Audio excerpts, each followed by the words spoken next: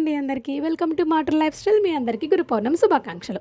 ఈరోజు మేము బాబా గారికి నైవేద్యంగా రవ్వ కేసరి అలాగే శనగలు చేస్తున్నాము. రవ్వ కేసరి ప్రాసెస్ అయితే మన ఛానల్ నేమ్ కింద నేను ట్యాగ్ చేస్తాను, మీరు చూడొచ్చు.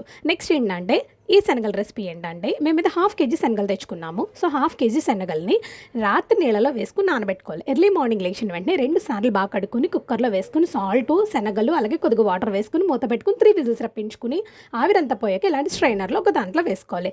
సో నెక్స్ట్ ప్రాసెస్ ఏంటంటే ఇప్పుడు స్టవ్ వెలిగించి బాండి పెట్టుకుని ఆయిల్ వేసుకుని మినపప్పు, ఆవాలు, జీలకర్ర, కరివేపాకు, ఎండుమిర్చి వేసుకుని బాగా ఫ్రై చేసుకున్నాక దాంట్లో ఈ శనగలు కూడా వేసుకుని అంటే జస్ట్ ఏంటంటే ఆ పోపు కారం అనేది శనగలు పట్టేలాగా బాగా ఫ్రై చేసుకోవాలన్నమాట.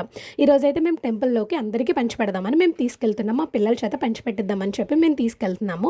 సో మీరు కూడా వీలుంటే మీ ఇంటి దగ్గరలో సాయిబాబా టెంపుల్ ఉంటే మీరు కూడా ఏదైనా తయారు చేసి తీసుకెళ్ళచ్చు. ఏమీ లేకపోయినా సరే దండమైనా పెట్టుకుని రండి. సో మీ అందరికీ ఆ సాయిబాబా గారి ఆశీస్సులు ఖచ్చితంగా ఉంటాయి. బాయ్.